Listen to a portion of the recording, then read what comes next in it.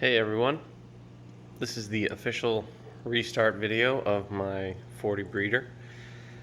You can see I've made a new stand. The old stand was bowing, that was made from a live edge slab, and the whole edge was lifting, so this whole side of the tank was basically off the table. I made my shelf a little lower so I could keep my supplies there. I got my supplies all in those nice little bins. Remounted the Max Spec razor. I'm hoping that light isn't part of my problem with why the tank failed. Got my screen top kit from Bulk Reef Supply. So far the tank's been up and running for about 3 weeks now or so. I put the clownfish in a week ago with his frog spawn that he likes to hang out in.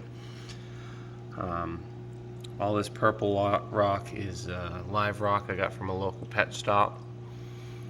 I've got, I believe it's the Caribbean sand. It's not real fine like the old stuff I used to have in there. It's a little bit larger, but it's not huge either. I've got one thing I did change from previous was that I have the MP10 here set up on the back side of the tank, along with a small Hydor Coralina, I believe is the name of the power heads. They do, I think that one's 420 gallons an hour. This is my Overflow setup. I'm not 100% sure what it's called, but basically you have that one overflow there that's taking most of the water, and then this is just a spillway, and it is pretty much a silent overflow, which is nice. Originally I did not have the weir here. It was just a cutout, and I lost a fish, got sucked in, and I believe it was healthy. It was just got too close to the edge and got pulled right over. You can access the back side there by removing that panel. And I have, there's the MP10, some of the plumbing in there. It's an external overflow. Don't really see it that often, but I wanted to essentially have the tank be completely clean.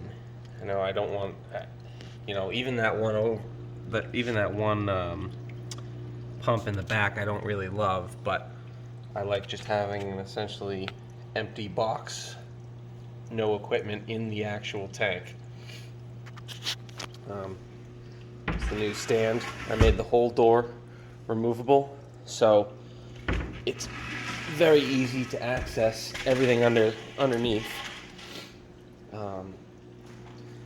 I went ahead and I got this light here from Walmart. I mounted it right up there.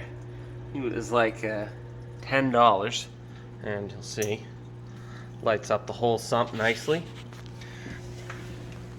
Before I had the sump reversed so that the filter socks were over that end, more along the line, so I could just have the returns go down and enter into the sump and everything flowed this way. But now I flipped it around so the filter socks would be easier to access, and once I get my protein skimmer in here and my reactor, that'll be easier to get to as well.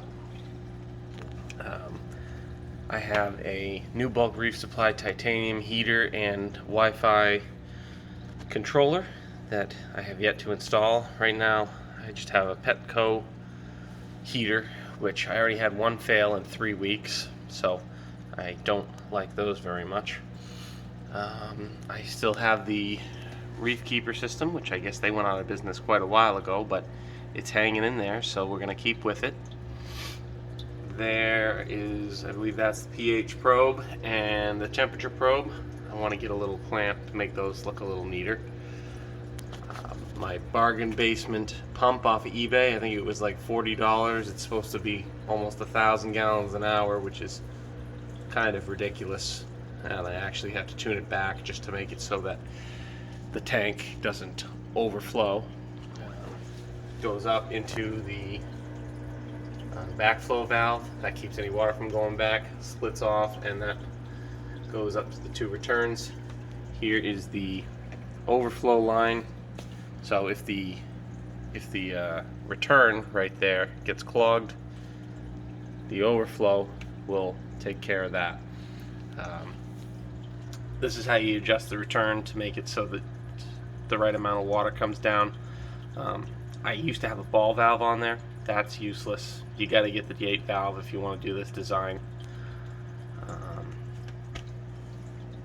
That is the power supply for the razor, the light.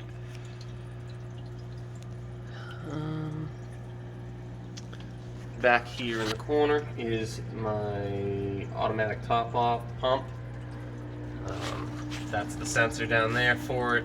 There's the line, and I actually ran it way over. I used to have the automatic top-off water underneath, but now I want to put my dosing containers over there. So what I did is, you can see the line runs back here behind my TV stand, and I got this idea from the guys at Bulk Reef Supply again.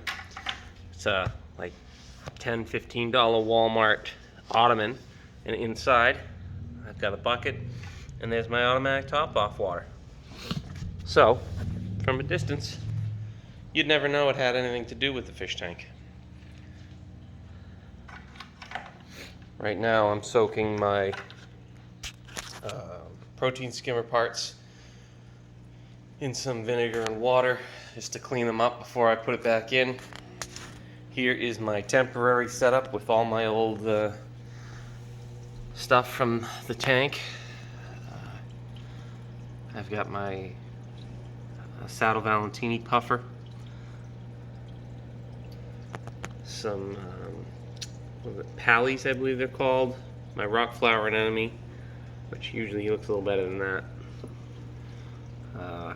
hammer coral, and another piece of frog spawn, and there's my toadstool leather, the cardinal fish, jester goby. I'm not sure if the jester goby is going to be going into the new tank, because I'm a little worried that he won't be able to sift the sand because it's so big and he's so small. So we will see whether or not he ends up going back to the pet stop. But yeah, I got a couple of T5s just keeping the stuff alive. I'm actually not planning on putting either the frog spawn or the hammer back into the tank.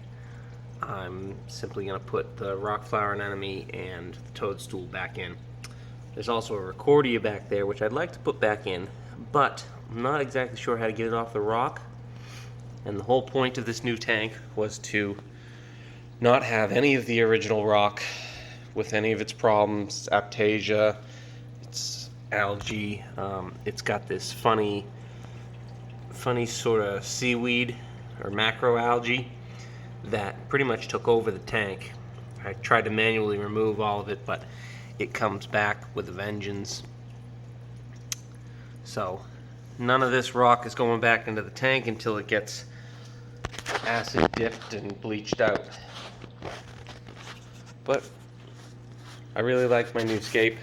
I like having the archway. I tried to do it when I first set up the tank, but I didn't have the right rocks. Luckily they have these ones, and I believe these are just man-made rocks really. I think they glue them all together and coat them to make them look like they're covered in coralline algae. But it does make for a nice scape, and when I sit over on the couch over here, I get a nice view from this angle. I tried to build it up so as I add SPS along the ridge there, I'll be able to have a nice view from this angle as well. There's the Reef Keeper controller.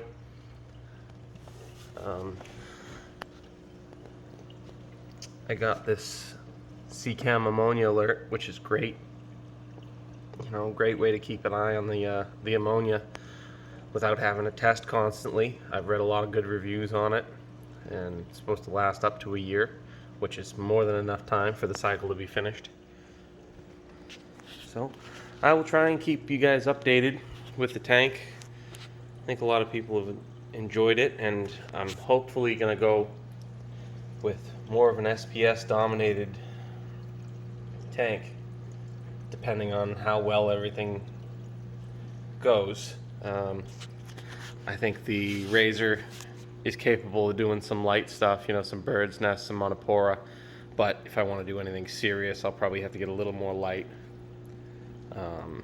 Either get some T5s on there or some more strips, some LED strips, which is probably what I'll end up going with.